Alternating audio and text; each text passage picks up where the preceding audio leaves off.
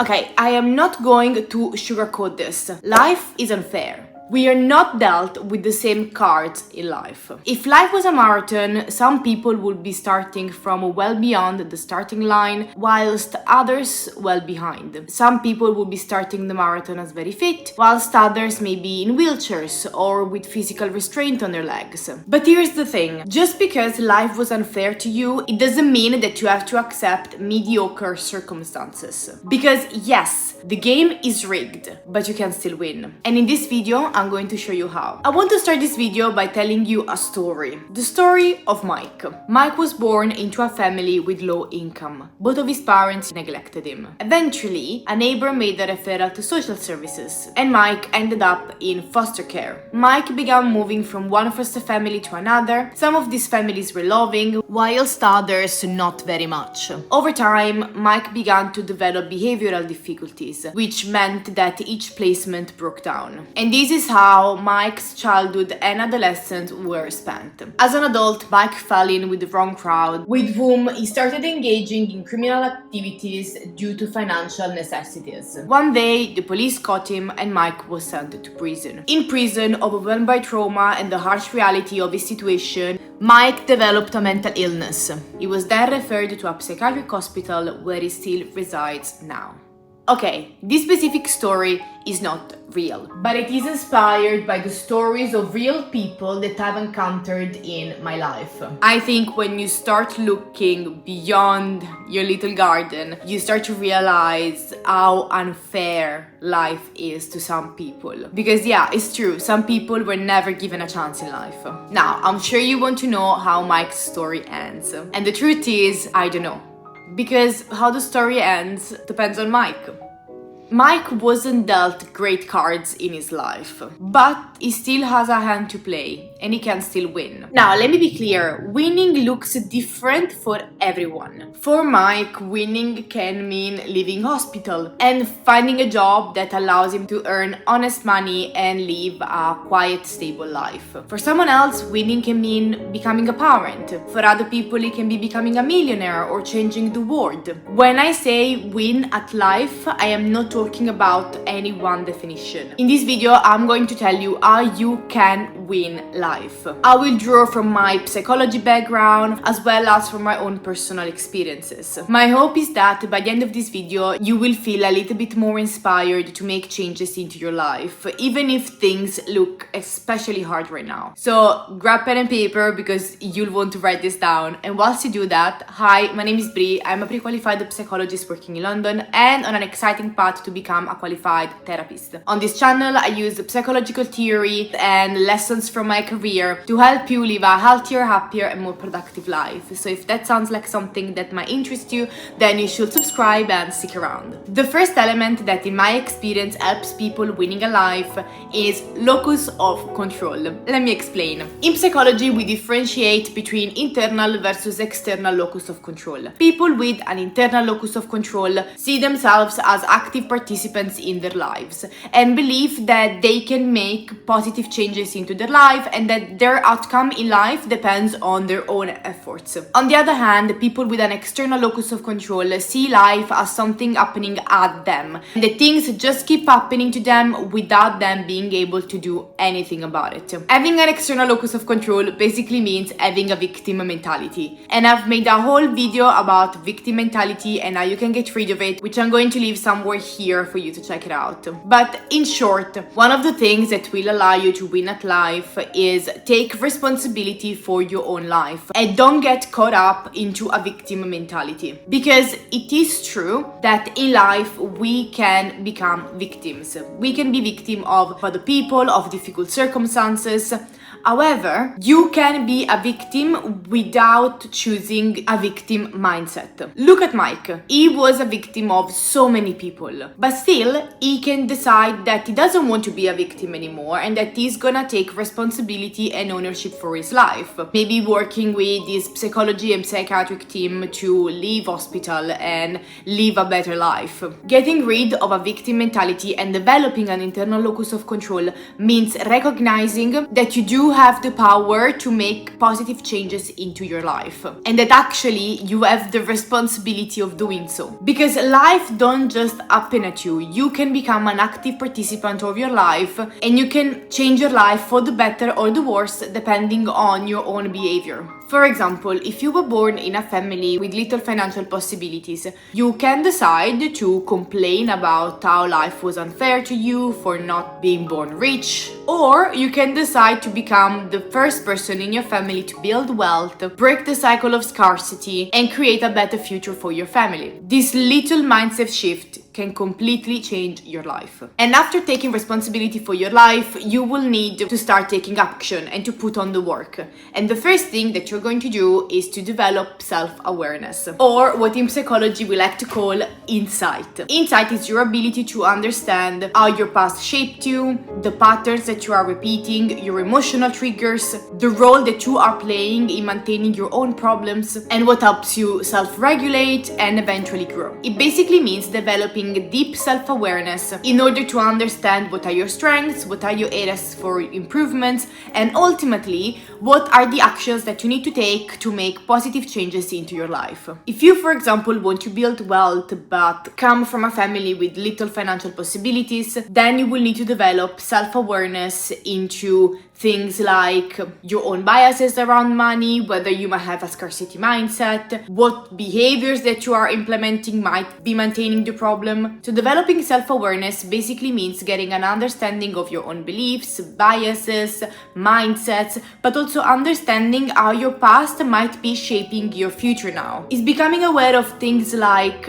are you overspending? Do you always undervalue yourself when it comes to applying for jobs or getting promotions? Do you have some limiting beliefs about yourself or low confidence that prevent you from applying for higher paying jobs? What are your current skills, and is there anything that you need to work on in order to progress in your career? Are you afraid of something, and what could you do to overcome that fear? Understanding all of this will really help you understand where you stand, where you need to seek help, and what you actually need to change and improve your life. When you understand where you are and how you got here, you can now think about moving forward. And this is where the next point comes into play, that is, develop a growth mindset. Because if locus of control and insight look at the present and the past, a growth mindset look at the future. In my recent video, I talk about the idea of self-fulfilling prophecies, a concept explored by the psychologist Rosenthal. It shows that simply holding a beliefs about ourselves or others can actually shape the reality around us. This is because as a form of self-defense, modern brain would rather be right than being happy. So when we have some limiting beliefs about ourselves or others, we would unconsciously display some behaviors that will prove us right. So if you believe, for example, that you're just not good with money, or that people like you don't become rich, your brain will unconsciously lead you to implement behavior that confirm that belief. You might overspend, undervalue yourself and only applying for low-paying jobs, avoiding promotion, and even avoiding things like looking at your bank account. All of this because your brain wants to protect you from psychological discomfort. However, you can break this cycle by developing a growth mindset. At any point in life, we can actually change the shape of our brain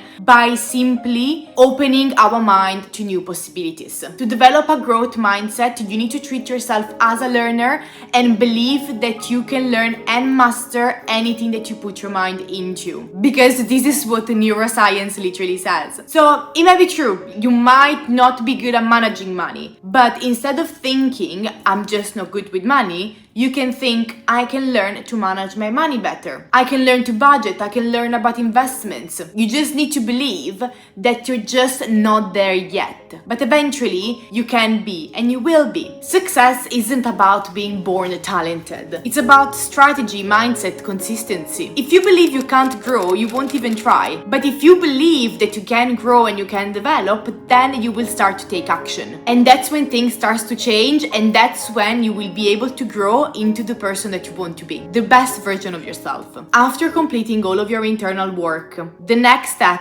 is what will determine your success. And this step is find meaning in your life. In his book, Man's Search for Meaning, psychologist and Holocaust survivor Viktor Frankl tried to find the answer to a question. Within the horrors of concentration camps, what allowed some people to survive whilst other people were dying? And his answer was meaning. Frankl believed that people who could find meaning in their suffering, so people that held on to a purpose beyond their immediate suffering, their immediate pain, were far more likely to fight for their lives and survive even in such extreme circumstances. Now, even according to Frankl, meaning looks different for everyone. For Frankl himself, it was to find and keep working on a lost manuscript for his psychological research. For others, it was the hope of reuniting with loved ones. For other people, it was a cause that they wanted to return to. What Viktor Frankl is trying to tell us is that meaning is what allows you to fight, even when circumstances are against you. According to Frankl, meaning is not something that you passively discover, you actually create it. He believed that even in the face of suffering, we always have the possibility to choose our response to it. So when thinking about your meaning, ask yourself, why does this goal matter to me? What purpose does it serve? Going back to the wealth example, if your goal is to make money just for the sake of it, you probably won't be really motivated to work towards that goal. You're likely to struggle with motivation. But if that goal is deeply tied to your values, so for example, building generational wealth to give your children a better future, or retiring your parents, or being able to donate money to a cause you deeply care about, this is when your goal becomes meaningful, and this is when your goal becomes your fuel that feeds into your motivation and that will enable you to make positive changes into your life. And finally, the last point I want to talk about is gratitude. And I know you've heard this one before, but it is so important. Sometimes, especially in circumstances such as the one Mike was in, it is very hard to think about things we are grateful for. But even then, especially then, we have to try. Research shows that gratitude can have such a profound effect on our minds, brain, and even future success. It can boost our mood, help us build resilience, and it is literally linked to future success. This happens because whenever we express gratitude, modern brain releases feel-good hormones such as dopamine and serotonin that are associated with pleasure, mood stabilization, and motivation, producing an immediate sense of happiness and calm. Gratitude can also lower our cortisol levels and trigger the release of oxytocin, which improves our resilience, meaning that we are better able to manage stress and difficult circumstances in our everyday life. And with a better mood, with lower stress, and a better ability to fight adverse circumstances, this is when you will actually be able to take action and take the first step to build your dream life. Even when things feel especially hard, actively try to look for things that you're grateful for. This can be a roof over your head, a plate on your table, loved ones. Simply being alive and having the possibility to live another day, to build the life of your dreams. We give so many things for granted, and actually I want to give a personal example here because that was, I think, the first time that I understood the power of gratitude. In my first job as an assistant psychologist, I was traveling from London to outside of London with the train every single day, and it was a 2-hour journey each way, and for a long time I found that very, very difficult. It was creating so much stress for me, and it just felt unsustainable over the long term, and I felt a little bit trapped. And then one day I was listening to this YouTube video of a guy that I can't remember in which country he went, but he got in contact with a population that was basically living with little to no resources. And he said that children there had to walk for 8 hours to go to school. And when I heard that, I thought, look at me, look how silly I am for being cranky pants, for traveling 2 hours to go to work. Which, yes, it is annoying, but also how lucky I am to live in a city that has trains. How lucky I am to have the possibility of going to work in the first place. How lucky I am to have this job that was the job of my dreams, and who cares if I have to travel for a little longer. I actually started taking travel as an opportunity to read more books, So I was also thinking how lucky I am to have all this time to catch up on my reading. Now, being grateful for something, it doesn't mean diminishing your suffering and your own frustration. Because a 4-hour journey every single day, at the end of the day, it wasn't something that was going to be sustainable for me over the long term. And yes, that was what eventually led me to change job 1 year later. But until then, being grateful for what I had made me face the challenge with a better mood, reduce stress, better resilience. And I think it was then all of this that then even allowed me to change my circumstances at the end. So please, if you're struggling right now, try to think about all the amazing things that you have in your life. Because yes, it might not take away your suffering, but it might just give you the strength to change your future. And this brings us to the end of the video. I really hope you guys enjoyed this one. If you did, let me know which one was your favorite point of the video, what is something that you're gonna take away with you. I wish you all the best for your journey. I truly believe that everyone has the power to evolve and become the best version of themselves. So I really hope you can take this video and use it as your fuel to make positive changes into your life. If you want to see more of me, in the description box below you will find things like my website, my newsletter, my Instagram. If you like this video, you will love this video here where I go through 5 steps to make positive changes into your life. Or you can watch this video here that YouTube has picked up just for you based on your personal interests. So I will see you over there, or I will see you in the next video. Bye!